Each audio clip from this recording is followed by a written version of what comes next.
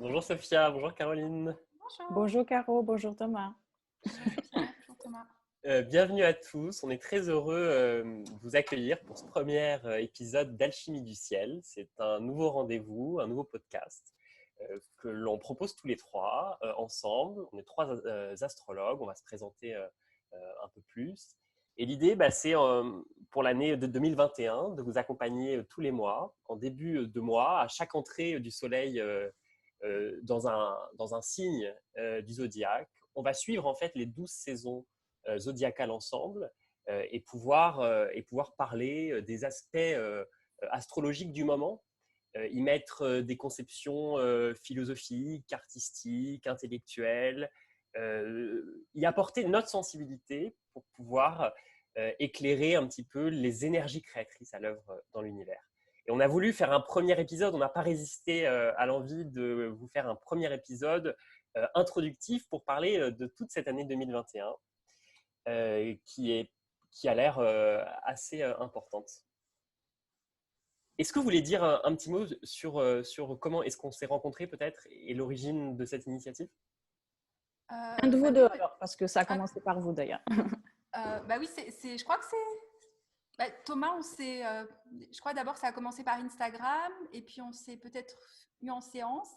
Et tout de suite, je ne sais pas, je crois que j'ai dit à Thomas, mais écoute, on ne va pas faire des séances, on va plutôt faire des rendez-vous où on va parler d'astro. Et je me rappelle que tu m'avais dit, tu connais Sophia? Et moi, un peu timide quand même, je dis, ah oui, je l'adore. Et voilà. Et Thomas, en bon Gémeaux, nous a tous connectés il y a déjà quelques mois. Je me rappelle parce que j'étais en France. Ouais. C'est ça. Et puis donc Thomas m'a dit, est-ce que ça t'intéresserait qu'on fasse quelque chose avec Caro? Ah oui, mais j'adore ce qu'elle écrit, j'adore ce qu'elle propose Caro, toi aussi, donc c'est bien. Et puis c'est surtout aussi le fait que, on s'est rendu compte qu'il y avait beaucoup de Gémeaux entre nous, beaucoup d'Uranus. On a une belle conjonction Gémeaux du soleil de Thomas, ma lune et le nœud nord de Caro, tout ensemble dans le troisième décan des Gémeaux. Dans l'axe des nœuds actuels en plus. Voilà, dans l'axe des nœuds actuels qui nous réveille forcément au niveau collectif. Et puis on a aussi nos trois lunes progressées qui sont dans des signes d'eau, c'est ça? Non, d'air. D'air. Ah oui, c'est incroyable. Donc dans trois signes d'air différents. En ce moment. Et donc… Et puis voilà, on a beaucoup de points communs. Je crois qu'on s'est trouvés, on s'est rencontrés. Et puis on ne se quitte plus. On discute beaucoup, on parle d'astrologie, on parle de la vie en fait, parce que l'astrologie c'est la vie, c'est la confrontation avec le monde extérieur, avec les grands cycles collectifs qui nous habitent. Et c'est ce qu'on tente, je crois, tous les trois de retranscrire. Et c'est pour ça aussi que ça avait du sens de pouvoir faire cette initiative ensemble. C'est que je crois que nos astrologies, elles se ressemblent un petit peu, même si chacun a sa singularité. Et ça va être intéressant de pouvoir le voir. Et donc, si on a voulu faire cet épisode introductif, c'est parce que cette année 2020, elle se termine par un aspect important, qui est une conjonction Jupiter-Saturne. Ce sera le 21 décembre 2020. C'est comme si ça lançait en quelque sorte cette année 2021, un petit peu avant l'heure. Et elle se fait de manière très symbolique puisque c'est à 0 degré du Verseau. Oui. Et c'est vrai que cette conjonction Jupiter-Saturne, elle est aussi intéressante à plusieurs niveaux, mais si on prend le niveau mythologique, donc Saturne, c'est Chronos et Jupiter, c'est Zeus, père et fils. Et ce qui est intéressant aussi, et c'est quelque chose ce qu'on fait aussi entre nous, mais de regarder comment ce qui se passe à l'extérieur, on peut le corréler au langage astrologique, et on entend un petit peu de partout cette nouvelle ère, ce nouveau règne. Et ce que je trouve assez symbolique, c'est que Jupiter a détrôné Chronos, donc Saturne, et peut-être quelque chose dont on va moins parler, mais quand on aime les astéroïdes, est important aussi à soulever, c'est que Pallas Athéna, c'est la fille de Zeus, qui est née de la tête du père. C'est elle, en fait, qui va ouvrir le bal d'une certaine manière, puisqu'elle va rentrer dans le signe du Verseau. Et finalement, on le verra dans ce qu'on va échanger, mais on va beaucoup parler ce que ça peut apporter au niveau du collectif, un changement de paradigme, des politiques publiques. Mais Pallas Athéna, c'est celle qui va nous rappeler que l'évolution, elle se fait de l'intérieur. Et elle va nous rappeler à la fois de par l'origine de son père, hein, elle est née de parthogénèse, elle est née depuis la tête.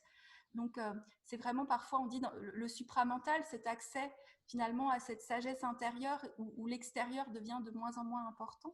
Et elle a cet autre aspect, je trouve que Pallas Athéna, elle nous aide, et je trouve que c'est encore plus symbolique dans l'ère du Verseau, à réconcilier le cœur et la raison. Hein, et on le verra, le Verseau et le Lion sont un axe, parce que Pallas Athéna, à un moment donné, elle va se rappeler que sa mère, c'est Métis. Et Métis, c'est une des triples déesses libyennes. Et donc, il y a aussi cette sagesse qui nous vient des plans inférieurs, qui nous vient du corps, qui nous vient des cycles. Et le jour de cette conjonction, hein, le 21 décembre, Uranus, donc symbole aussi du Verseau, hein, puisqu'il régit le Verseau, sera conjoint à la lune noire, donc j'allais dire au féminin, on pourrait dire que la lune noire, ce qui a été exilé et qui déjà en 2020 a été un écho en tout cas dans ma lecture à moi, que ces déesses qui savaient naviguer dans les zones d'ombre ont aussi une sagesse. Et l'emblème de Pallas Athéna, hein, c'est la chouette, elle voit dans le noir, elle voit dans ce cycle aussi d'obscurité. Alors, moi, j'ai regardé, parce qu'en fait, cet aspect, j'ai commencé à le regarder assez profondément depuis l'année dernière. En fait, j'avais écrit un article qui est sur mon blog en décembre de l'année dernière, parce que j'aime beaucoup regarder, aller voir les cycles, d'où ça vient, les temps, combien de temps, qu'est-ce qui s'est passé avant, comment est-ce que tout ça a été vécu.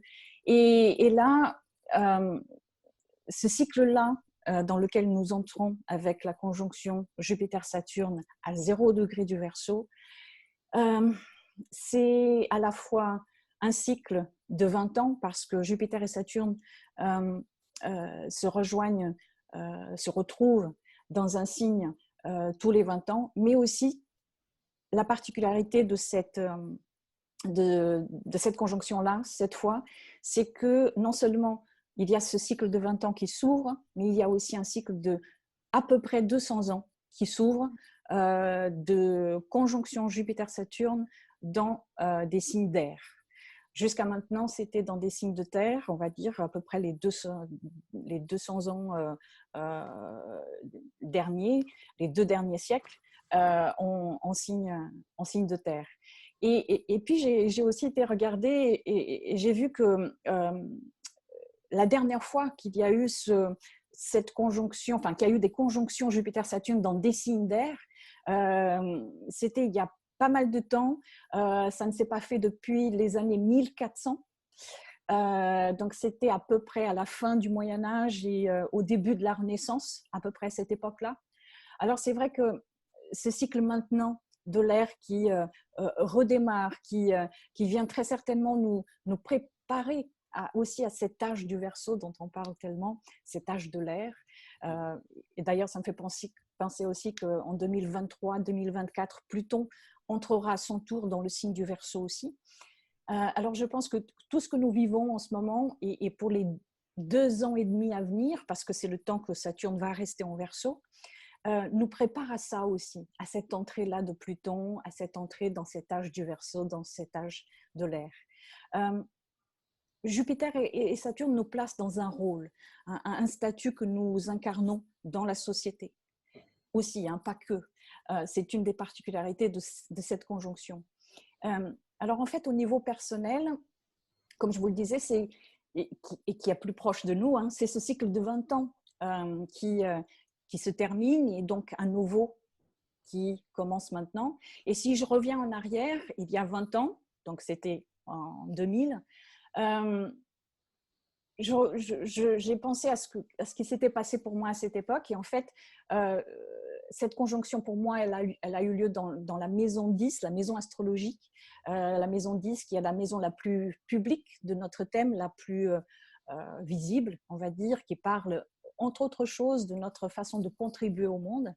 Et moi, en fait, je venais de signer mon premier CDI. Et j'ai aussi, à l'époque, changé de statut et même de métier. donc très en lien avec cette maison 10. Et donc, je pense que c'est intéressant, ça, de revenir en arrière et de voir un peu qu'est-ce qui se passait pour nous à ce moment-là, quels étaient les thèmes, les sentiments, les ambiances qui étaient là pour nous, et puis mettre tout ça en perspective avec ce nouveau cycle qui commence, et puis que souhaitons-nous développer pour ces 20 années à venir. Voilà, c'est quelque chose que j'ai aimé regarder pour qu'on en parle aujourd'hui sur Jupiter et Saturne. Tu as parlé de cette ère du Verseau. Alors, il y a un peu avec cette ère du Verseau quelque chose de l'utopie, du rêve collectif. Et c'est vrai que l'entrée de Jupiter-Saturne à 0 degré du Verseau est très symbolique de ça. On fantasme un peu une ère de progrès, de fraternité, d'initiative solidaire, de renouveau du lien social peut-être. Et donc c'est vrai que ça nous place d'une certaine manière avec Jupiter l'espace, Saturne le temps, dans un nouveau paradigme, dans un nouvel espace-temps. Alors c'est pour nos vies individuelles au niveau personnel, et puis c'est pour le monde aussi. C'est-à-dire qu'on a vécu en 2020 une année très transformatrice, très Capricorne, avec Pluton qui traverse le Capricorne depuis 2008, la crise bancaire et financière. Et là, il y a quelque chose en 2021 de la tentative ou de la tentation de remettre de l'ordre là-dedans. Ça arrive aussi au moment des élections américaines où le nouveau président américain souhaite remettre en place un ordre international.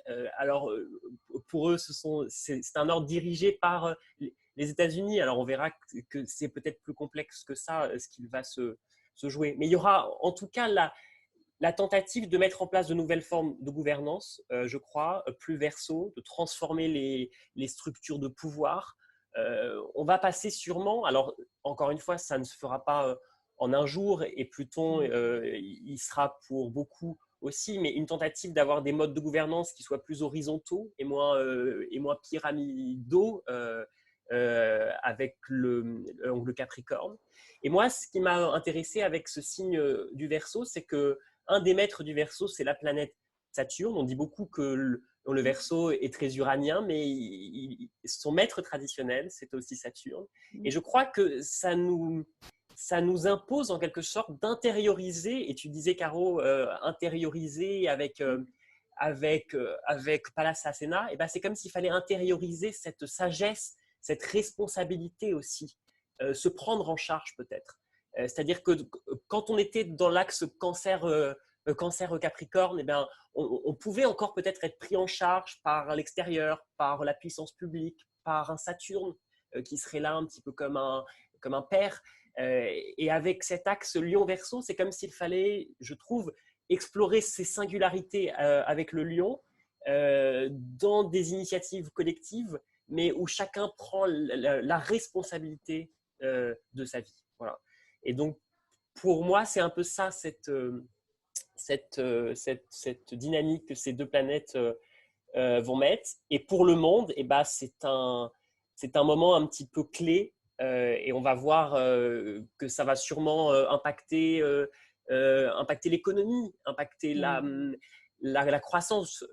Jupiter, c'est aussi de la croissance, donc c'est un nouveau cycle de croissance. Comment est-ce que cette croissance va se mettre en place? Est-ce qu'on va aller encore plus loin dans la technologie et dans le tout technologie? Et on voit bien que c'est un peu le rêve du Verseau finalement, de libérer l'homme par la technique. Et on a des drones pour sécuriser les manifestations, de la biosécurité dans les industries agroalimentaires, un vaccin qui arrive pour lutter contre une épidémie. Donc c'est bien la technique dans une course à la croissance auto-entretenue. Et on va voir que peut-être qu'avec un deuxième aspect qui est ce carré d'Uranus à Saturne qui va se faire toute l'année 2021, les choses ne vont peut-être pas se passer comme prévu, en quelque sorte. Voilà, donc on peut peut-être introduire donc, ce deuxième aspect, Saturne carré Uranus. Le carré sera exact pour la première fois le 18 janvier à 6 degrés du Verseau. Jupiter aura déjà fait son carré avec Uranus et partira un petit peu plus vite. Et puis, il se reformera avec un Saturne rétrograde le 15 juin à 13 degrés du Verseau. Et enfin, le 24 décembre à 11 degrés Verseau pour Noël. Et l'idée de progrès, l'idée de croissance, c'est tout à fait lié à ces deux grands cycles, cette première conjonction Jupiter-Saturne et puis à ce carré aussi Saturne-Uranus entre le Verseau et le Taureau. Qu'est-ce que ça veut dire la croissance aujourd'hui et qu'est-ce qu'elle représente aujourd'hui? Est-ce que le mot croissance, progrès n'a pas été manipulé aussi? Donc, il y a toutes ces thématiques forcément qui vont être mises sur le devant de la scène et parce qu'il y a comme tu disais, il y a cette nouvelle dynamique sociétale qui cherche à émerger. Le cycle de Saturne-Uranus, c'est un cycle qui revient tous les 44-45 ans à peu près. Et là, en ce moment, donc avec ce carré, qui est ce qu'on appelle un carré décroissant du cycle, le cycle il a commencé en 1988. Et déjà, rien que le fait de revenir sur cette période aussi, ça nous donne pas mal de pistes sur la symbolique aussi de cet aspect. On sait qu'à cette époque, 1988, on était au début de la fin de la période de l'Union soviétique. Et donc, c'est vrai que ça donne déjà cette idée de qu'est-ce qui est en train de se jouer entre les énergies de Uranus et de Saturne, c'est-à-dire casser les murs qui ont été autrefois puissants et inébranlables pour laisser entrer et faire une certaine place à d'autres formes de penser la société, Uranus et le Verseau. Et là, je reviens encore une fois à quelque chose d'assez personnel pour qu'on regarde un petit peu si on est assez vieux pour ça, un peu comme moi. Parce que ce qui est intéressant aussi, c'est que la dernière fois que l'aspect que nous allons avoir là maintenant, toute l'année 2021 entre Saturne et Uranus, a eu lieu en 1975, mon année de naissance. Donc moi, je porte cet aspect dans mon thème natal.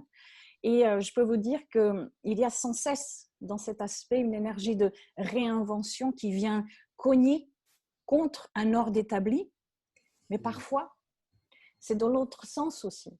C'est dans un désir de préservation, de conservation. Saturne, qui se trouve face à une dictature du progrès. Donc l'idée, c'est comment arriver à trouver un équilibre au milieu de ces paradoxes. Et donc tout cela aussi, c'est quelque chose qui va se jouer au niveau collectif, qu'on va percevoir, qu'on va ressentir. Et cet aspect, il porte la possibilité de risquer quelque chose, d'oser quelque chose. Mais va-t-on le faire et comment va-t-on le faire? Bien sûr, ça va dépendre de beaucoup de paramètres, à la fois personnels et à la fois collectifs. Et nous allons de toute façon vivre les deux à tour de rôle. Comme je vous le disais, c'est vraiment cette idée le carré, c'est cette idée de crise. Je le vois comme une crise des valeurs ici.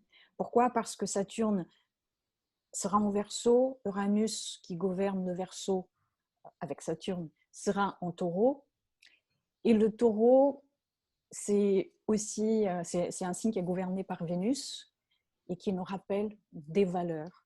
Et donc ici, je pense des valeurs humaines avec le mélange Uranus et Taureau.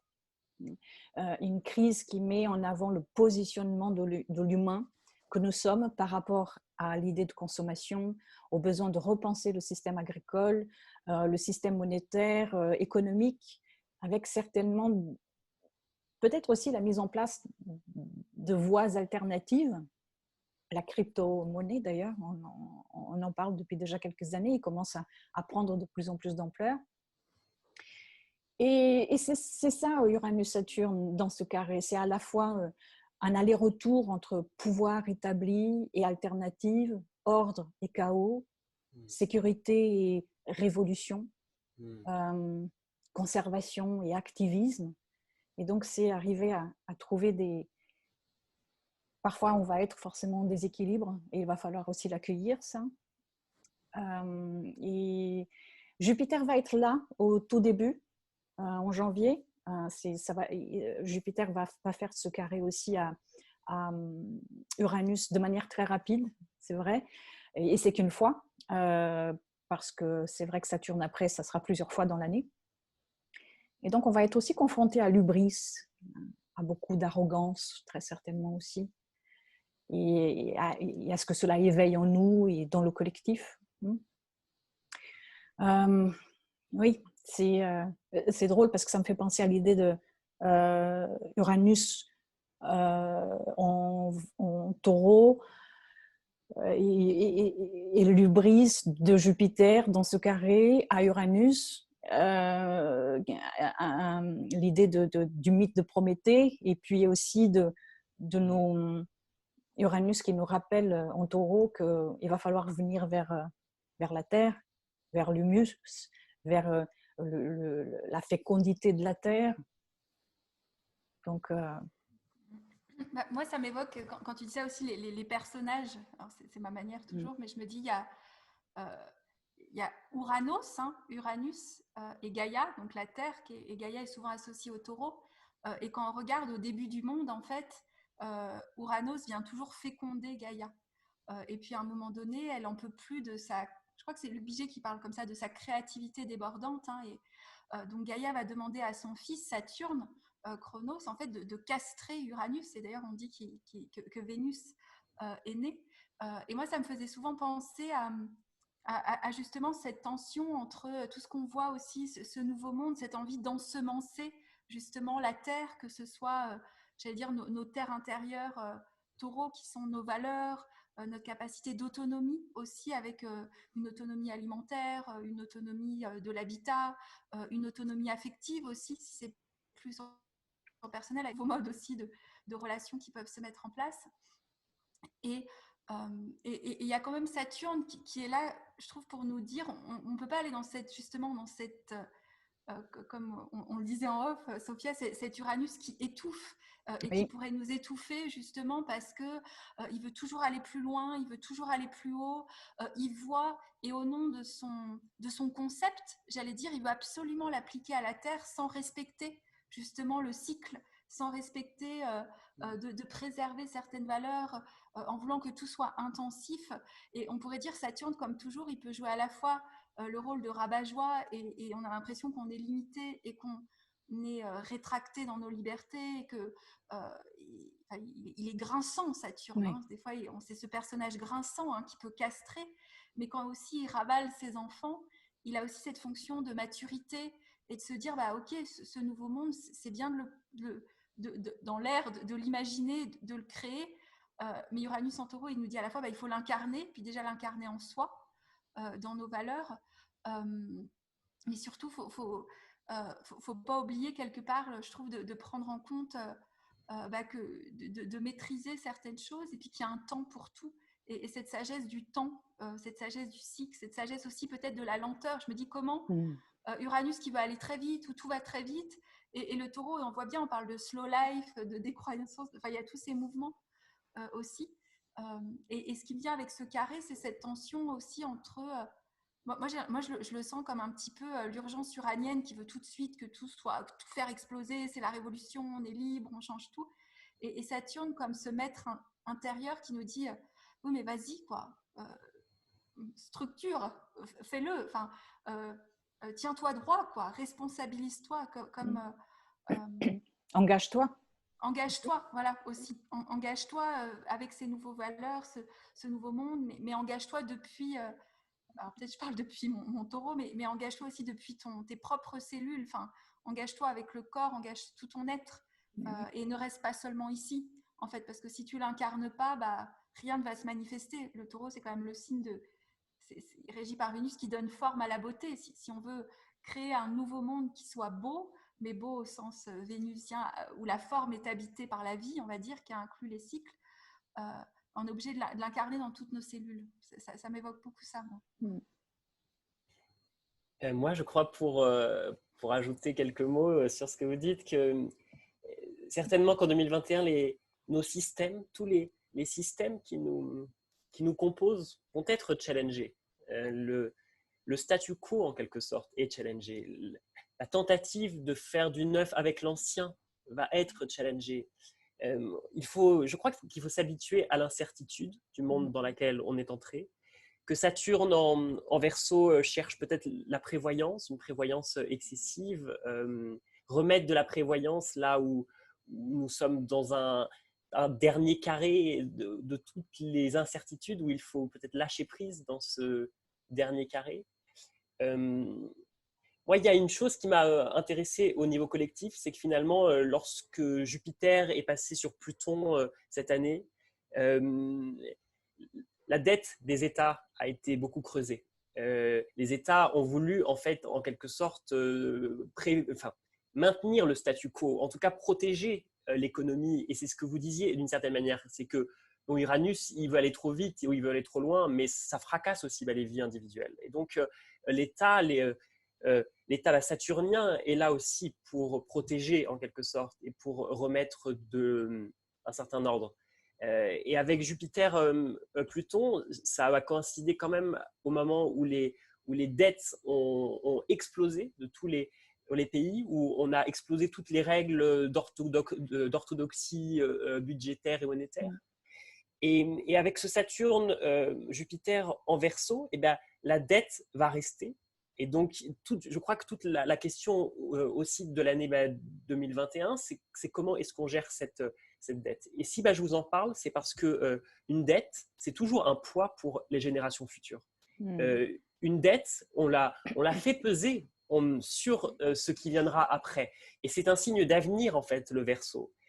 Et donc, et c'est la même dette que la dette écologique, d'une certaine manière. La dette écologique que l'on fait peser aussi sur les générations futures. Et je crois qu'il y a aussi ça dans cette année de 2021, c'est-à-dire ce combat entre ce nouveau monde et cet ancien monde, la volonté de vouloir peut-être maintenir à tout prix un système avec la croyance dans la croissance telle qu'elle a été conçue, et puis un appel des générations futures à inventer quelque chose d'autrement. Donc, c'est peut-être un choc peut-être aussi des générations. Et donc, c'est comme si en fait Uranus allait dire à Saturne, ça suffit de faire peser sur les générations suivantes le poids de la survivance d'un modèle du passé. Et ça, je crois que c'est valable au niveau collectif, mais c'est valable aussi au niveau individuel, dans nos vies. Dans les relations interfamiliales entre les générations. Et puis là, moi, ça m'a fait rire que ce dernier carré Saturne-Uranus se forme le 24 décembre pour les fêtes de Noël. Et il va peut-être y avoir des transformations dans nos systèmes aussi, dans nos systèmes familiaux, dans la manière dont ces systèmes s'organisent. Voilà. Et tu sais, ça me fait penser à quoi? Ça me fait penser que quand Saturne, donc maintenant on va traverser le Verseau, Saturne va se mettre en face du Pluton des générations qui sont nées après la guerre. Qui sont ces générations qui ont vécu les 30 glorieuses, c'est ça qu'on dit en France? Oui. Et qui ont été dans cette abondance.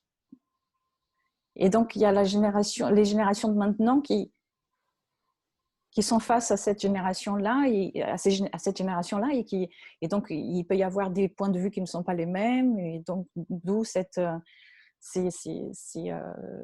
tous ces liens intergénérationnels aussi, les discussions auxquelles ça peut aussi ouvrir. Oui, c'est intéressant ça aussi. Et puis cette mise en face de cette réalité qui a été, et puis la réalité qui est la nôtre aujourd'hui, et celle qu'on va, comme tu disais, laisser à nos enfants et aux enfants de nos enfants, quoi. On On peut passe peut-être, oui, on passe à Oui. l'aspect suivant. Alors, c'est pas un des aspects les plus, peut-être, dont on parlera le plus, mais nous, il nous a semblé très fort. C'est l'aspect que ce Saturne et Saturne, donc si vous avez suivi donc cette conjonction Jupiter-Saturne et Saturne qui va rester en Verseau toute l'année 2021, Uranus en Taureau depuis 2018, et puis il y a une astéroïde qui est située entre Planétoïde, astéroïde. voilà, entre Saturne et Uranus, c'est Chiron, et qui est en bélier, il est très lent, et il forme un aspect de sextile avec Saturne, de semi-sextile avec Uranus, et c'est comme si en quelque sorte il nous montrait une voie de passage, Sophia. Oui, c'est un sextile donc qui va être là presque toute l'année aussi, hein. Enfin on va dire toute l'année. Les mois les plus importants seront en janvier, où la conjonction, enfin où le sextile sera exact, pardon. Janvier, puis juin, juillet, et à nouveau novembre, décembre. Donc c'est toute l'année. Et peut-être juste pour donner juste une idée de ce que c'est un sextile pour les personnes qui nous écoutent, peut-être, et qui ne savent pas ce que ça pourrait être. Un sextile, ça fait partie des aspects, et les aspects, ce sont les conversations que les planètes ont entre elles. Et un sextile, c'est ce qu'on appelle en astrologie un aspect harmonique, parce que les planètes sont dans des éléments compatibles. Ici, en fait, Saturne est dans un signe d'air, le Verseau, et Chiron est dans un signe de feu, le Bélier. C'est donc un aspect qui propose, ou en tout cas qui a un potentiel harmonieux relationnel. Le feu et l'air sont en relation. L'air attise le feu. Donc on peut voir ici que Saturne, en entrant au Verseau, et Jupiter aussi, mais ça sera à la mi-janvier, et qu'une seule fois, Saturne vient donner à Chiron l'air, en tout cas c'est comme ça que je le vois, l'air dont il a besoin pour ne plus s'essouffler. Chiron est souvent vu comme, et appelé comme le guérisseur blessé de par son histoire d'abandon et de blessures. Et donc, ça veut dire aussi que certaines blessures seront contactées, réveillées aussi avec ce sextile, même si c'est un aspect harmonique. Chiron est une planétoïde qui, par son placement dans le système solaire, se situe entre Saturne et Uranus. Et Chiron, dans ce placement-là, fait symboliquement le pont entre les planètes dites personnelles et interpersonnelles, et puis les transpersonnelles, les trois transpersonnelles, Uranus, Neptune, Pluton. Le pont entre la blessure personnelle et quelque part le remède collectif. Le pont pour une vision individuelle qui doit s'élargir. Chiron nous apprend que pour cela, il nous faut passer aussi par la blessure. Et la blessure est une de celles dont on ne guérit pas totalement, mais que l'on peut apprendre à apprivoiser. Parce qu'en fait, cette blessure de Chiron, c'est une blessure qui nous rend humbles. Elle est l'antidote à l'hubris, à l'arrogance de l'humanité, dans ce contexte-là, du Verseau. Le Verseau est aussi considéré comme le signe de l'humanité. Alors, c'est vrai que Chiron va faire le pont ici entre le Verseau et le Taureau, en se situant à peu près entre les deux. Chiron est en Bélier, il va rester en Bélier. Chiron est entré en 2018 et va rester jusqu'en 2027, donc pas mal de temps. Mais ce qui est important aussi, c'est que, en fait, c'est la première fois que Chiron, dans le signe du Bélier, c'est la première fois que Chiron revient dans le signe du Bélier après avoir été découvert.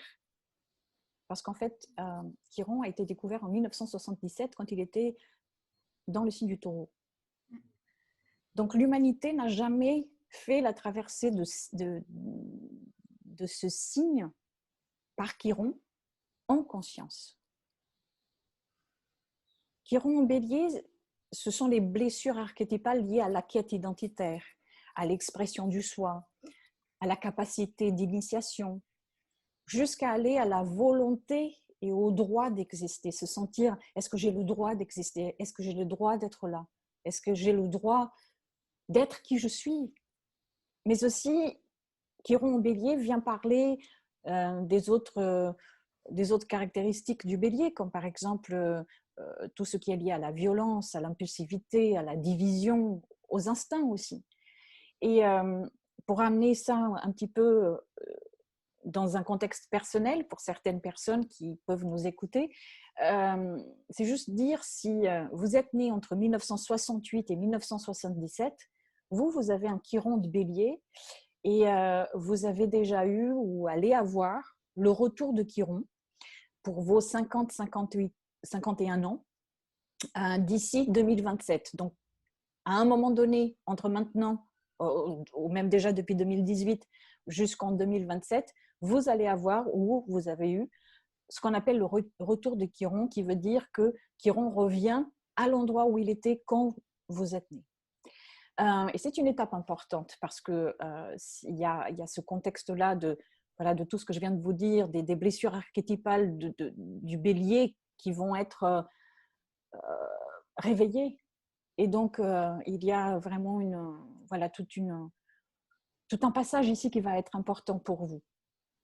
Et puisque Chiron est à la fois la blessure et le remède, quelques-uns des remèdes de Chiron en bélier viennent aussi nous parler de ce besoin d'être quelque part un peu pionnier ou héros, mais autrement. Chaque personne, pour chacun de nous, cela sera différent. Pour chacun de nous qui a Chiron en bélier, mais aussi pour tous ceux qui ne l'ont pas, mais qui sont en train de vivre cette période et qui vont devoir réveiller aussi d'une manière ou d'une autre, quoi que cela puisse être pour vous, ce héros, cette héroïne qui sommeille en vous. Mais tout ça peut vouloir dire que réveiller une violence intérieure non accueillie, ça viendra forcément nous questionner sur l'existence ou non d'une certaine hiérarchie des violences. Et je parle de ça, pourquoi? Parce que je regardais l'autre jour une conférence de Aurélien Barraud qui parlait de ça. Il disait, qu'est-ce qu'il voulait dire par cette hiérarchie des violences? Il voulait dire, est-ce qu'on va continuer à cautionner certaines industries ou systèmes que l'on sait violents? Ou alors est-ce qu'on va mener certaines actions qui peuvent heurter, voire être violentes, contre ces mêmes industries et systèmes? Et qu'est-ce qui est plus violent dans tout ça? Est-ce que c'est le fait de soutenir ces systèmes qui sont déjà violents, ou est-ce que se soulever contre ces systèmes, même en utilisant de la violence, est-ce que c'est tout autant violent, voire plus, voire moins? Donc il y a ce questionnement-là peut-être aussi qui pourra venir avec ce passage, et puis surtout ce sextile que Saturne fera à Chiron, et puis le semi-sextile de Chiron à Uranus. Comment Chiron vient faire ce baromètre entre l'énergie dont on parlait tout à l'heure, par rapport au carré de Saturne et Uranus, d'être à la fois dans l'ordre, dans le chaos, et comment est-ce que Chiron en bélier avec ses énergies de l'être, parce que les énergies en taureau, ce sont les énergies aussi de l'avoir, ici dans ce contexte en tout cas. Ça peut vouloir dire ça aussi, ça peut vouloir dire qu'il va nous falloir repenser l'être, Chiron en bélier, et l'avoir, Uranus en taureau, pour un monde plus juste, égalitaire, solidaire. Voilà. Mais tout cela en n'oubliant pas qu'il y a une blessure forcément qui sera réveillée et qui viendra nous questionner sur qu'est-ce que ça veut dire exister, qu'est-ce que ça veut dire être humain aujourd'hui. Merci. Et c'est vrai que Chiron aussi, il a cette... je ne sais pas si c'est vrai ce qu'on dit des fois de Chiron, qui serait apparu dans notre système solaire et qui pourrait en repartir.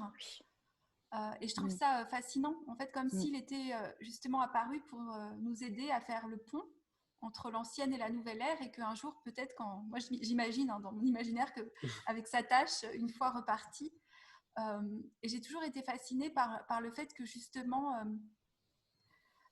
comme s'il nous prémunissait dans ce que tu disais du délit d'hubris, puisque quand on a une blessure de Chiron, quand elle touche beaucoup de nos planètes, c'est mon cas. Quelque chose de oui. Voilà, y a toujours quand même cette sensation. Alors dans la mythologie, c'est au genou, hein, le je, le nous en plus, hein, en langue des oiseaux, mais il y a vraiment, je trouve aussi, dans ce que tu disais par rapport au bélier, cette sensation de ne pas être légitime, de ne pas être à la hauteur. Et pourtant, il y a souvent un talent qui est lié à un chiron, mais un talent, justement, c'est intéressant qu'il soit dans le signe du bélier, parce que je trouve que c'est un talent. Enfin, moi, j'associe beaucoup chiron au passeur, donc au canal, à celui qui reçoit, qui a ses dons, mais je trouve que c'est la subtil équilibre entre pas trop s'identifier aux dons, où là, on tomberait justement dans l'hubris de regardez, j'ai ce don-là, je vais vous aider, j'ai transformé mes blessures, je vais vous accompagner. Et il y a aussi l'autre côté. Est-ce que justement Saturne en sextile vient pas mettre de la maîtrise ou de la mesure qui serait j'aimerais faire quelque chose mais je suis tellement identifiée, ou j'ai peur d'être rejetée, ou j'ai peur d'être abandonnée, ou j'ai peur d'exister, donc j'ose pas dire le je, ou j'ose pas décréter en bélier, hein. Je trouve que sur le bélier, quand même, le Mercure est le régent ésotérique du bélier, donc il y a quand même quelque chose avec de nommer son identité aussi pour exister. Et peut-être que ce sextile, comme tu dis, il vient remettre, comme si on devait se responsabiliser à la fois de nos blessures, dans le sens ancien. Moi, j'aime beaucoup voir responsabilité, parce que je n'aimais pas du tout ce mot, hein, en bonne uranienne. Mais c'est répondre d'eux. Donc, c'est répondre de nos blessures et de ce qu'on en fait, mais en se laissant traverser. Je trouve qu'il y a cette notion de, comme tu le disais si bien, oui, qu'il y a quelque chose avec Chiron. C'est ce passeur, et c'est ce passeur entre les mondes, mais c'est aussi ce passeur en nous, finalement. Je ne suis pas sûre qu'il y a quelque chose à faire. Il y a plus quelque chose à être, comme tu disais. Oui. Il y a plus à laisser être et à laisser transparaître. Et peut-être pour beaucoup de personnes qui ont actuellement, et peut-être dans ces transitions, ce don de Chiron, puis la blessure et la peur de ne pas être légitime et de ne pas être à la hauteur, c'est comme intégrer Saturne en nous. C'est plus voir le père ou la société qui nous dit qu'on ne peut pas, qu'on n'est pas légitime, qu'on n'a pas le droit d'exister, mais se dire je réponds de moi, parce que c'est pas que pour moi, mais c'est pour aussi cette terre de passage, en fait. J'aime bien cette idée de pont, et je trouve qu'aussi beaucoup de personnes, finalement, ça donne du sens, Chiron, à toutes les personnes qui ont pu avoir, entre guillemets, des métiers classiques ou des formations classiques ou des choses beaucoup plus saturniennes. Parce que Chiron, c'est un pont, donc peu importe, en fait. Il est juste là pour dire, je sais comment c'est de ce côté-là, j'ai envie de t'emmener là, mais je peux juste accompagner, parce que je comprends aussi le langage de... c'est pour ça que je trouve que même la forme, hein, vous pouvez aller regarder le glyphe de Chiron, il a la forme d'une clé. Ah oui. C'est la clé. C'est la clé de l'unité, c'est la clé de l'holos aussi, de l'holistique, je trouve. Et puis c'est peut-être la clé justement de cette année 2021 qui sera encore chaotique certainement. Ouais. Et c'est comme s'il faut faire aussi un pont vers le futur, voire au-delà, voir dans cette conjonction Jupiter-Saturne un point de départ, un ensemencement dans ce que l'on a pu dire aussi, Caroline, dont on ne verra pas forcément les effets tout de suite. Il faudra peut-être attendre je sais pas, le sextile de Jupiter à Saturne pour commencer à voir comment est-ce que cette conjonction a modifié le monde. Mais il y a comme un pont vers le futur, je crois, dans cette année 2021 qui est beaucoup plus aérienne, un pont vers le futur qui peut être dressé malgré le chaos, malgré l'incertitude. Et c'est vrai que quand on a vu que Chiron était présent dans la carte du ciel, on s'est dit qu'il y avait une voie, qu'il y avait un passage, parce que Chiron, c'est quand même un guérisseur, et donc il y a une bénédiction. Il y a la capacité pour l'humanité de grandir en conscience. Après le chaos de 2020, je pourrais dire, en 2021 peut-être, hein, on peut porter cet espoir-là que l'humanité gagne en conscience. Puis moi, ce qui m'a intéressé, c'est que Chiron, c'est aussi celui qui demande la mortalité aux dieux. Il est blessé par une flèche et il demande aux dieux la mortalité. Et la question de la mort dans notre société, elle est réveillée, elle est au cœur ces dernières années, et cette année en particulier. C'est aussi accepter peut-être notre mortalité face à l'hubris dont on parlait, face à l'hubris jupitérien, où ou l'hubris prométhéen, accepter notre mortalité. Et je crois que c'est très important pour les années à venir, dans cette société très verso, où on cherche à contrôler par la technologie, en quelque sorte, la vie, de pouvoir monter en conscience grâce à Chiron et connecter avec une autre dimension. Et puis, c'est aussi un centaure. Et c'est un centaure, alors c'est pas exactement comme tous les autres centaures, mais c'est un centaure, donc il a cette tête et ce corps d'homme, ce verso, l'humanité, et puis ce corps de bête, de cheval d'étalon, et qui rappelle le taureau. Donc c'est aussi harmoniser peut-être les désirs en nous, les instincts, dans ce signe du bélier, qui est tout en feu, qui est tout en instinct, qui est tout en colère aussi parfois. C'est-à-dire que Chiron, en bélier, ça réveille aussi cette colère. Et cette année 2021, certainement, il y aura de la colère qui sera exprimée. Tu as pu le dire aussi, Sophia, mais il y a quelque chose en plus intéressant, c'est qu'au moment du carré Uranus-Taureau et Saturne-Jupiter en Verseau, dont on a parlé, qui est le 18 janvier, hein, eh bien Mars sera conjoint à Uranus. Et Mars, c'est cette planète du bélier. Et donc certainement qu'il y a quelque chose de l'ordre d'une colère, d'une insurrection qui va s'exprimer. Mars a été rétrograde une bonne partie de cet automne, comme si on ravalait aussi un petit peu mais parce qu'on est pris dans ce collectif très capricorne, très voilà. Mais donc une colère qui a pu être ravalée, et donc et la manière dont elle va s'exprimer et dont elle va sortir, on espère, avec avec la conscience de Chiron. Voilà. Et moi, c'est vrai que ça me parle, parce que j'ai envie en 2021 de faire un peu comme la révolution dans ma vie, mais je sens qu'avec Chiron, je peux aussi honorer l'ancien. Un peu comme un chaman, en fait. Chiron est un chaman aussi. Et donc, il sait d'où il vient, il honore ses racines, il sait ses responsabilités. Moi, j'aime bien la phrase « Nous sommes des nains jauchés sur des épaules de géants ». Et d'être bien ancré dans cette terre du taureau pour pouvoir aller vers notre avenir aussi. Je crois que c'est important. Et Mars va nous accompagner toute cette année 2021 dans cette émancipation, dans cette libération, dans oser dire le jeu dont tu parlais, Caroline, au moment où le carré se reformera en juin. Il sera le jour exact de ce carré, le 15 juin, si je ne me trompe pas. Il fera une opposition avec Pluton dans le signe du Cancer, très émotionnel. Quelque chose aussi peut-être de l'ordre de la colère des profondeurs. Et donc, voilà, il va falloir se confronter à ça aussi, à cette blessure du collectif, à cette blessure individuelle, et comment est-ce qu'on se ferait un passage vers l'avenir.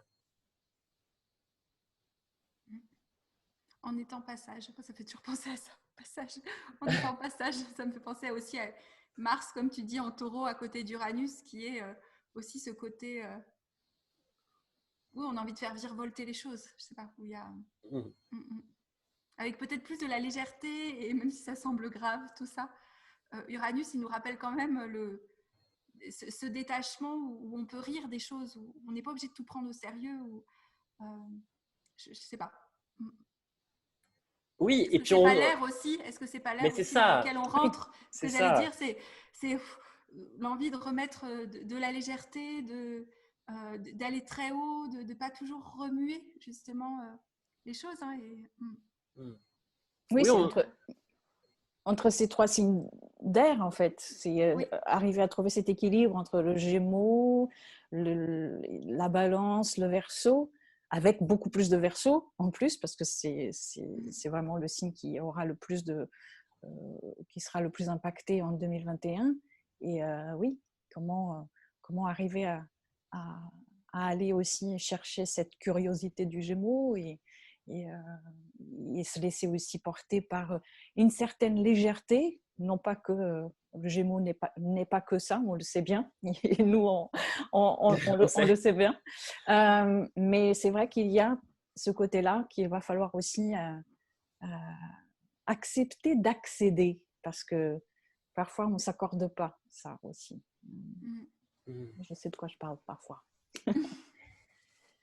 Donc l'air, comment est-ce que vous voyez, vous, cet élément de l'air, puisqu'on rentre vraiment enfin, on était quand même dans une année 2020 très dominée par la Terre quand même, et on entre dans des énergies d'air, donc ça va quand même changer donc l'énergie, et ça va mettre en valeur un des 4 éléments qui est l'air. Comment est-ce que vous voyez cet élément, vous?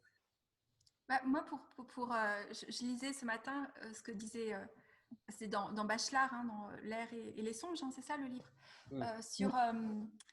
par rapport à Nietzsche, et que pour lui, la joie aérienne par rapport à d'autres, c'était la liberté. Et moi, et il évoque dans son livre le lien aux nuages, le lien aux oiseaux, le lien aux fées, aux elfes. Moi, j'ai vraiment ce rapport à l'air de cette fluidité, de quelque chose de très léger qui toucherait même pas le sol, justement, qui nous ferait accès aussi au monde de l'imaginaire, mais qui n'est pas que le concept, enfin, qui n'est pas qu'un monde de l'imaginaire, du concept. Je sais pas, le Gémeaux est poète, le Verseau rêve d'être libre, la Balance a besoin d'art pour exister et se sentir bien. Et finalement, c'est aussi... alors bien sûr, hein, il y a l'ombre qui peut être la dispersion ou sentir, comme actuellement parfois, moi je trouvais avec la pleine lune en Gémeaux qu'on a eu récemment, toute cette saturation d'informations. Mais il y a aussi ce détachement. Moi, ça me fait penser l'air comme je traverse le monde, mais j'y appartiens pas vraiment, parce que je peux, comme les enfants, en fait. Moi, je vois ma fille, elle sautille comme ça. Et pourtant, elle est taureau, hein, mais il y a cette légèreté de je traverse, je glisse, et je remets. J'aime jouer avec les mots, et je m'enivre de mots, et je m'enivre de poésie, et je m'enivre de beauté. Et puis il y a tout le lien aussi, finalement, dans ces signes d'air. Il y a comme ce qu'on crée tous les trois, finalement, c'est, je sais pas, moi ça me met en joie, nos échanges, parce que c'est sur l'astrologie, oui. Et on peut dire ah non, mais parce que tu te rends compte, là je me sens pas bien aujourd'hui comme la dernière fois. Non, mais regarde, t'as ta lune sur ta Vénus. Il y a que ouais. c'est ces codes d'air, c'est ce langage un peu, mais qui va comprendre? Enfin, regardez notre chat, qui comprendrait? Ah non, mais parce que c'est Saturne, mais c'est ça. Je pensais à ça aujourd'hui. J'ai l'impression d'avoir une sorte de jubilation intellectuelle, mais qui se ressent dans le corps comme quelque chose de léger, peut-être parce qu'on est compris, peut-être parce qu'en plus on peut partager, et ça fait un up, enfin, ça élève en fait, et ça détache, enfin, le langage symbolique de l'astrologie, juste. Ça peut paraître étrange pour tout le monde, mais se dire ah mais oui, mais ma lune est sur ma Vénus, bah tout de suite ça détache du drame, même si c'était en Cancer et même si c'était émotionnel. Il y a ce sens symbolique qui, je sais pas, c'est pas magique au sens de la magie, mais qui il y a un certain enchantement. Il y a un enchantement, on se dit ah mais oui, mais ce jour-là, moi je me rappelle une fois où j'étais énervée, c'était pendant la pandémie en plus. Et je me rappelais d'avoir regardé que j'allais avoir un carré de Lilith à Lilith.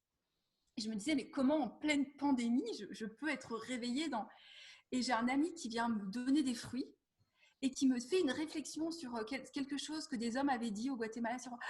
Et toute la journée, je sentis, mais c'est injuste, mais c'est complètement injuste, mais c'est si injuste.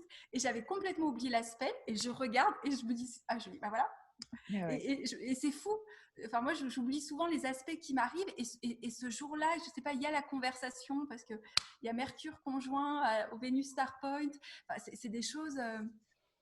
Et je trouve que dans l'air, justement, même si des fois ça...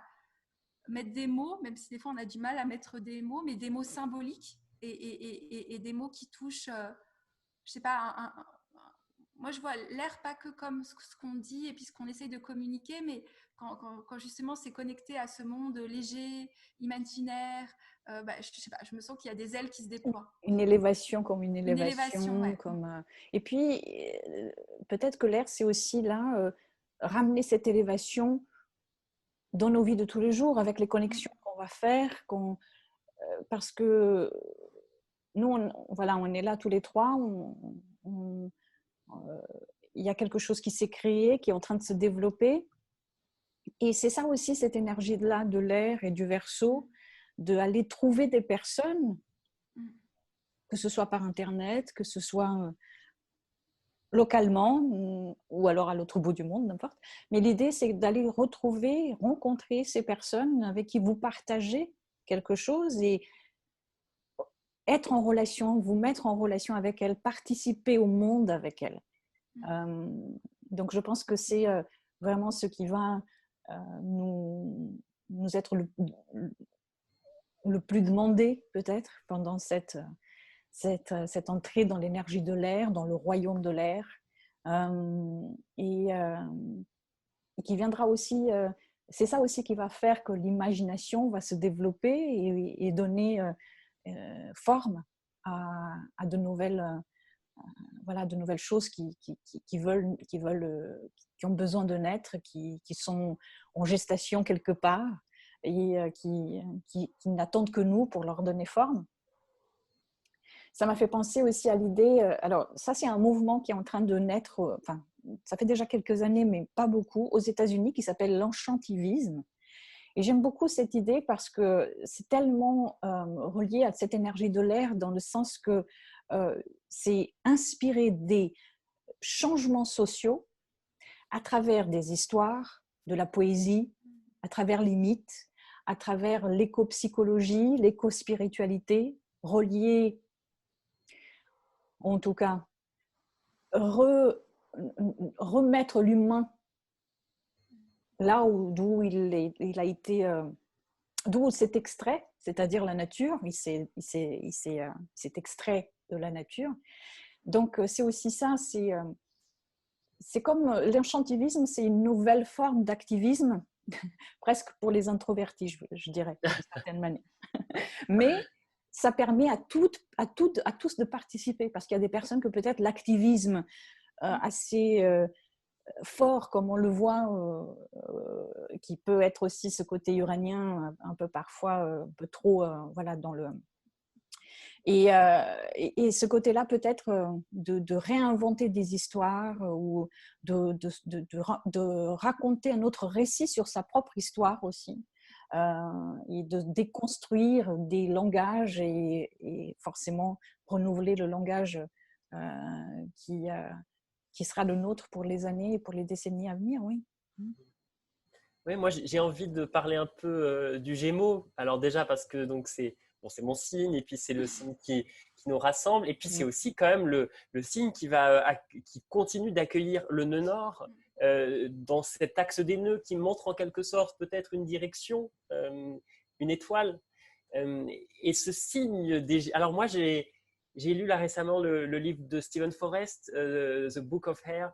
Et il dit que l'air, c'est the art of paying attention, l'art de prêter attention. Et je trouve que ça va bien à ce signe du Gémeaux, tout en curiosité, mais finalement à tous les signes d'air, mais tout en curiosité, qui a cette capacité de questionner le monde, de poser les bonnes questions, d'avoir un sens critique et de l'exercer. Laisser place aussi parfois au non-savoir. Au fait que parce qu'on est dans un monde où il y a tellement d'idées, on l'a dit, où il y a tellement d'idées qui deviennent des idéaux, qui deviennent des idoles. Vous savez que cette manière de monter, et qui peut être très sagittaire, très jupitérienne. Et donc ce signe du Gémeaux va nous permettre d'affronter le doute, je crois, et de pouvoir vivre avec ce doute, vivre avec cette incertitude. Et dans un signe du Verseau qui peut être un peu en distanciation sociale, quand Saturne est entré en Verseau une première fois en 2020, on a mis en place la distanciation sociale. Donc il y a quand même un lien social, une fraternité à reconstruire. Et le Gémeaux peut nous aider à faire ça. Le Gémeaux d'un côté, puis la Balance de l'autre, oui. La Balance qui crée aussi du lien, et la Balance aussi qui réconcilie les opposés, c'est check and balances, de la mesure en toute chose. Et on en aura peut-être besoin dans cette année 2021 de mettre de la mesure. Et puis pour nous qui sommes astrologues, l'astrologie, pendant longtemps, était faite de manière très jupitérienne, très sagittarienne. C'est-à-dire qu'on écoutait des astrologues nous parler avec leur langage si compliqué et leur vérité devait être intégrée, c'est-à-dire qu'ils avaient la vérité. Et je crois que notre initiative, tous les trois, justement, c'est de dire on passe peut-être aussi d'une astrologie Jupiter à une astrologie qui est davantage Mercure, enfin, qui est davantage dans le questionnement, dans la curiosité, dans le partage d'idées, dans le fait de relier les différents savoirs entre eux. Puis on est trois, c'est ce nombre de Mercure. Voilà ce que j'avais envie de dire. Et toute l'année 2021, il me semble, jusqu'à la fin de l'année, avant que le nœud nord passe en taureau, mais va être quand même dans cette dialectique Gémeaux-Sagittaire. Et aussi avec les rétrogradations de Mercure qui changent. Elles étaient en signe d'eau ces 2 dernières années à peu près. Là, les 2 prochaines, ça sera dans des signes d'air. Donc, ça vient encore ramener tout à cet élément air et à la nécessité de faire entrer de l'air dans tout ce qu'on a dit et tout ce qui reste à mettre en place et puis à former pour la suite. Et Mercure étant ce messager des dieux et ce guide de l'âme. Donc c'est ça aussi, c'est faire entrer l'air aussi en soi, faire entrer une place pour la curiosité saine de l'autre, du monde. Et donc voilà. On voulait terminer ce podcast et on va le faire de manière régulière par vous partager un coup de cœur, quelque chose qui nous anime en ce moment et qui pourra peut-être vous accompagner pendant cette année 2021. Qui veut commencer? Moi, je veux bien. Allez, alors, moi, c'est mon coup de cœur. Attends, je vais le prendre, je l'ai ici. Donc, c'est un ouvrage d'Éric Beru. Donc, Éric Beru, il se présente comme de l'astro-mythologie. Et bien sûr, pour le ton de l'année, c'est Uranus, splendeur et fragilité du ciel étoilé. Et je trouve que c'est très beau. C'est ce que j'ai un peu évoqué. Il évoque Uranus, mais au stade avant Uranus, c'est-à-dire Ouranos, quand il est le ciel étoilé et qui n'a pas encore été castré par son père, enfin par son fils Saturne. Et ce qui m'a beaucoup marqué, c'est il parle vraiment dans ce livre le fait qu'il y a ce mythe de l'auto-engendrement. Et je trouve que c'est aussi, ça peut être une ombre du Verseau où on n'intégrerait pas le lion qui est ce signe finalement où il y a une forme de royauté, il y a une forme de legacy, d'héritage, et que dans la société très uranienne ou très Verseau, on ne veut appartenir à personne quelque part, on veut être tellement singulier qu'on ne veut pas d'enfants, enfin je sais pas, on ne veut pas s'engager. Et je trouve que c'est intéressant pour comprendre aussi ce qui se passe actuellement et je trouve que c'est ce qu'il dit, splendeur et fragilité, c'est voir la beauté d'Uranus et ce qu'elle peut nous apporter, mais aussi être conscient des propres failles aussi peut-être de l'individualisme uranien. Donc j'aime beaucoup. J'aime vraiment beaucoup cet ouvrage. Très important pour nous accompagner vraiment en 2021. Et c'est aux éditions de Janus. Il faut que je l'achète, j'aime bien. Et vous pouvez commander directement aux éditions de Janus. Peut-être toi, Thomas, tu veux... Allez, moi je voudrais vous parler d'un livre de Frédéric Gros qui s'appelle Désobéir. Frédéric Gros, c'était mon professeur à Sciences Po et on avait tout un cours sur l'obéissance, la désobéissance, de philosophie politique. Et je crois que cet ouvrage va être mon livre de chevet pour cette année 2021 parce qu'on va être dans une année forcément de colère et de désobéissance. Dans un monde, nous dit Frédéric Gros, où les raisons de désobéir sont de plus en plus nombreuses. Et lui, en fait, il dit, pour interroger la désobéissance, il faut interroger l'obéissance. Il faut interroger les racines de cette obéissance politique. Il faut la déconstruire. Parce que si on veut se donner les moyens d'inventer de nouvelles formes, il faut pouvoir déraciner l'obéissance à l'intérieur de nous. Et il cite plusieurs philosophes. C'est un ouvrage de philosophie, mais qui la rend, je crois, accessible et qui peut être lu par par tous dans cette curiosité de l'air. Il cite notamment Montaigne qui avait écrit un essai contre les tyrans et qui dit « Je ne vous demande pas de prendre les armes, mais d'arrêter simplement, vous, de faire exister et tenir le pouvoir par ces gages que vous lui donnez, par ce crédit que vous lui accordez sans cesse. La vraie révolution doit commencer par un dessaisissement intérieur. » Est-ce que ça, c'est pas très Verseau, c'est beau, ce ouais. dessaisissement intérieur? Tu m'envoies le passage. Et puis, je terminerai en disant que être libre, nous dit aussi la Boétie, c'est d'abord s'émanciper du désir d'obéir, assécher en soi la passion de la docilité, cesser de travailler soi-même, depuis soi-même, à sa propre aliénation, faire taire en soi le petit discours intérieur qui légitime d'avance la puissance qui m'écrase. Voilà. Wow, beau programme. C'est Frédéric Gros, Désobéir, et c'est chez Albin Michel, Flammarion. Bon, je ne suis pas sûre que je puisse l'avoir au Guatemala, j'attendrai cet été.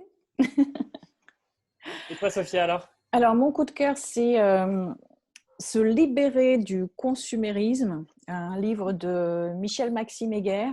Enfin, j'aime tous ses livres. Celui-ci, c'est le dernier.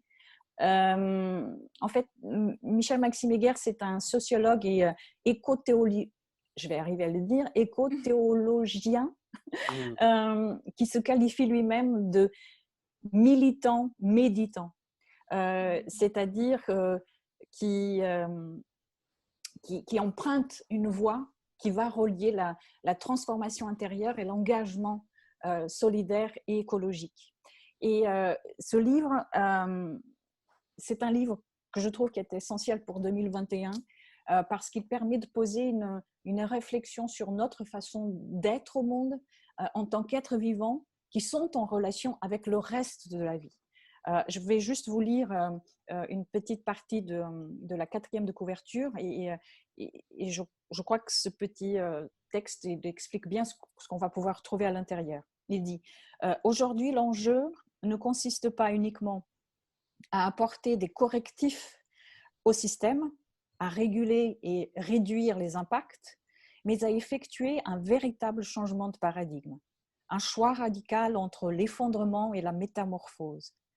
Pour cela, en complément des actions politiques et des éco-gestes, une transformation doit se produire dans les consciences et les cœurs, à travers l'exploration de 3 questions essentielles. Se joue notre participation au consumérisme. Qui suis-je? Quel est mon désir? Et de quoi ai-je peur? En fait, ce livre, il tourne autour de ces 3 questions-là qu'il développe et on passe de tout, on passe par tout ce qui est essentiel à la vie en fait. Et donc, voilà, je trouve que c'est un livre profond, tout en n'étant pas compliqué, empli d'une grande bienveillance pour le vivant. Et en fait, la gentillesse et la bienveillance sont en ce moment les valeurs qui me portent le plus. Voilà, donc magnifique. Je vous conseille celui-là. Je crois qu'avec ces 3 livres, on est armé pour cette année 2021. Un petit mot sur peut-être la suite ensemble. Donc, on nous retrouvera dans ce podcast à chaque entrée du soleil en signe pour parler donc des principaux aspects de la saison zodiacale et puis pour aborder un thème comme on l'a fait là avec l'air. Et puis on tenait, je crois, à dire aussi que nous allons mettre en place un Patreon. Le Patreon, pour ceux qui ne connaissent pas, c'est un site qui permet de réunir une communauté très Verseau, voilà. Vous réunir, vous qui nous écoutez et qui êtes peut-être intéressés à l'idée d'aller plus loin avec nous. Et sur ce site, vous aurez accès à du contenu additionnel, exclusif, selon le niveau que vous choisirez. En tout cas, on vous en reparlera lors du prochain épisode du Verseau. Voilà, tiens, on commence aussi avec le signe du Verseau. C'est pas un hasard. Et puis, pour vous donner un avant-goût de tout ça, on vous propose de nous retrouver pour un webinaire, pour une conférence le 4 janvier 2021 à 20h. Ce sera une conférence où on va être tous les 3 et on approfondira les aspects que l'on a pu évoquer ici, en prenant peut-être davantage en compte aussi la sphère individuelle. Ce sera l'occasion de répondre à toutes vos questions. Alors, dès à présent, n'hésitez pas en commentaire à poser vos questions éventuelles. Et puis, vous retrouverez tous les liens vers cette conférence sous cette vidéo ou cet audio selon là où vous nous écoutez. Important quand même de dire que c'est limité à 100 personnes, c'est-à-dire que les 100 premières personnes pourront se connecter, les autres auront le replay de la conférence. Et puis, notre cadeau de fin d'année, en quelque sorte, c'est un petit workbook qui aura vocation à vous accompagner dans ce début 2021, vous préparer en conscience à cette nouvelle année. Où est-ce qu'on peut nous retrouver? Où est-ce qu'on peut vous retrouver, chers amis? Moi, on peut me retrouver sur mon site internet astrologie et créativité-holistique.com, aussi sur Instagram ou Facebook, @astrologie et créativité, voilà, où je poste plusieurs fois par semaine.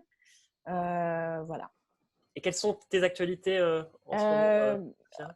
Je propose des consultations et j'ai aussi un cours sur les maisons astrologiques, voilà, si ça vous intéresse d'approfondir ce côté-là.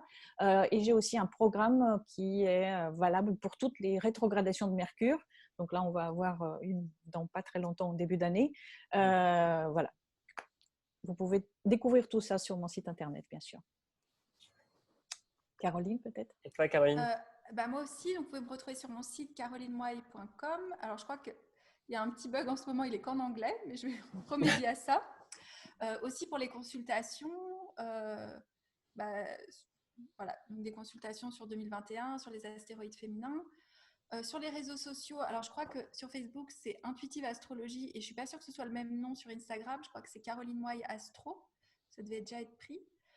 Je publie normalement fréquemment. En ce moment, c'est un petit peu plus aléatoire. Voilà. Et pour les actualités, je lance souvent des séries de webinaires sur les archétypes planétaires. Et je pense qu'en janvier, il y en a encore quelques-uns sur Lilith, sur Pluton, et il doit rester aussi non, et Neptune, peut-être que Neptune, et sinon ils sont disponibles aussi en replay sur demande. Voilà. Et moi, vous pouvez me retrouver sur La Boussole des Héros, sur Facebook et sur Instagram. Je n'ai pas encore mon site internet, mais il est en cours de construction. J'ai lancé cet automne mon offre de consultation astrologique, à moi aussi, avec cette idée de partir à la découverte de sa légende personnelle.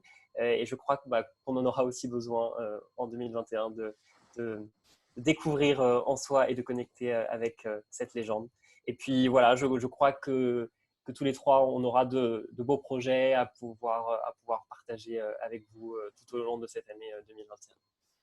En tout cas, on est très heureux de cette initiative. Moi, je suis assez ému de voir que ce projet a pu prendre corps et qu'on a tourné, qu'on vous propose cet épisode. Et ces épisodes, c'est un moment, enfin aussi pour nous, qui est fort et qui est quelque chose que l'on offre au monde, que l'on donne au monde. Je crois que c'est important. Oui, et puis c'est aussi... soyez un peu indulgents avec nous pour ce premier épisode. Peut-être qu'il est un peu trop long. Oui, peut-être un peu confus par moment. Voilà, peut-être même confus, exactement. Mais en tout cas, voilà, c'est le démarrage, c'est le premier, c'est l'épisode 0 même, presque on va dire, avant que ça commence vraiment l'année prochaine. Donc voilà, j'espère que vous soyez là au rendez-vous pour le mois prochain et déjà pour le webinaire qui est gratuit. Je ne sais pas si Thomas l'avait précisé. Voilà. Ah oui. Et donc on redit la date, c'est le 4 janvier 2021 à 20h. Inscrivez-vous que si vous êtes sûr de pouvoir être présent pour laisser toutes les personnes qui veulent y accéder venir. Le mot de la fin peut-être, Caroline? Oula, je ne suis pas très bonne en mot de la fin, non. Voilà, merci. Non, je ne sais pas. Merci, je crois qu'il n'y a que ça qui me vient. Merci à nous trois et merci à vous d'être là. Et puis... voilà, merci. Voilà. À très bientôt. À bientôt. Allez, au revoir. À bientôt, au revoir.